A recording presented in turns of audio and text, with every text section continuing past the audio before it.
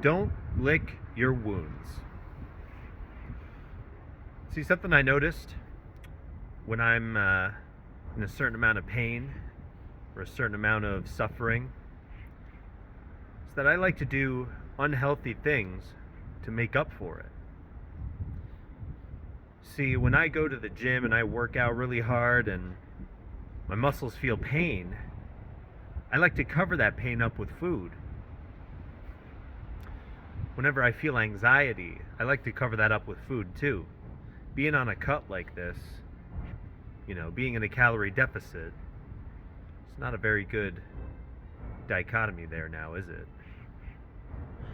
You really want to find yourself dealing with the pain more often than not. When you actually literally lick a wound, your mouth is full of bacteria, okay? It's filled with bacteria. It may be one of the worst things you can do to a wound other than straight up rubbing dirt in it. Rubbing dirt in it may even be healthier. Don't look at me, I ain't a doctor. But the real important thing is to don't lick your wounds. Feeling depressed, feeling sad, feeling down, don't reach for the weed. Don't reach for the phone for infinite scrolling, infinite time wasting, infinite attention span ravishing. You don't want to do that. You don't want to put yourself in a worse situation than the situation that caused you the wound in the first place. When I was really young, living at my parents' house, right? And I was reaching like 23, 20, I forget if it was 23 or 24, but basically I was under a lot of pressure to leave the house. And compared to now, I was a fucking loser. I did not want to work. I didn't want a job. I knew that. I spent my whole life thinking, man, I shouldn't have to give my life to a company for 40, 60, whatever years just to live my life when I'm old and decrepit. I shouldn't have to do that. And I still have that feeling now.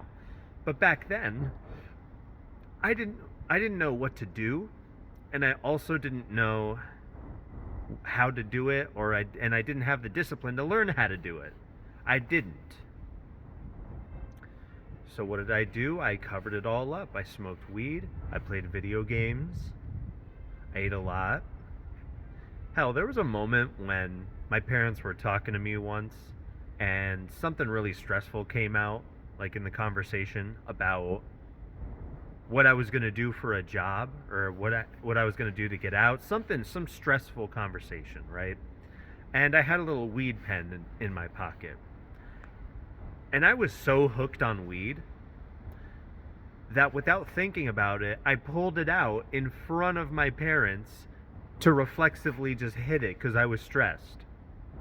And at the last second, I was like, oh shit, my parents are here. And I just kind of casually put it back. They didn't say anything, but I knew. And I'm sure they knew. I'm sure they saw it with their own two eyes. They didn't say shit about it. I almost just ripped a pen right in front of my parents. Ripped the Benjamin. Maybe even took a blinker, as the kids say. Right in front of my parents. Because I was stressed.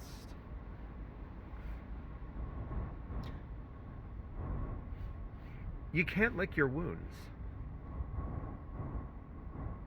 I damn near licked my wounds right in front of them. Got real up in their face about it. There's times I look back to those days and think, man, I was a complete dick to them. They were super nice to me, and I just took advantage in so many different ways. And now the guilt is still kind of eating at me. But I have a direction in life. I have a purpose on this earth. And that's how I'm going to repay them. I don't want them to ever have to worry about me or anyone else's finances ever again. I am here to provide for my loved ones. That's how I manage the pain. That's how I lick my wounds. That's basically the equivalent of putting a nice nice gauze on the wound, like dressing it, giving it the right amount of whatever. I was about to say talcum powder, but I think that's something different.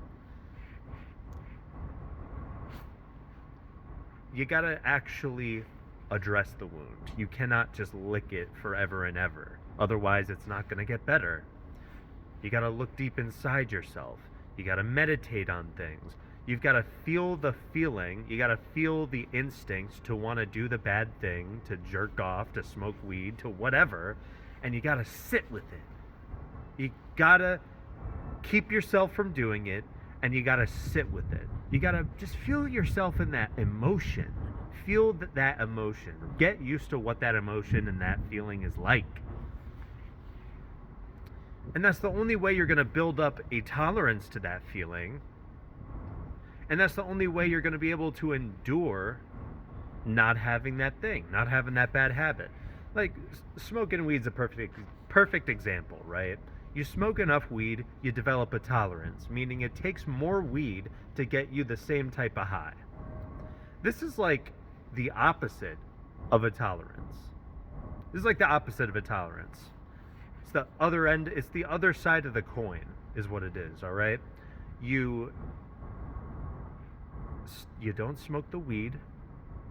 You're really fucking feeling it. You want it. You're, oh God, I need the crack pipe. You feel that, but you just let it happen. And eventually, if you're a 10-year-long stoner like I am and used to be, you're gonna fail.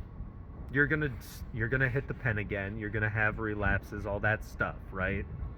You're gonna smoke the crack pipe again, right? But the longer you wait, the more you build that muscle of resistance. The more tolerance you have for not being high. That's the tolerance you got to develop now, is not being high. You can't tolerate life, but you can tolerate weed. That's why you smoke so much weed and you just don't want to live life.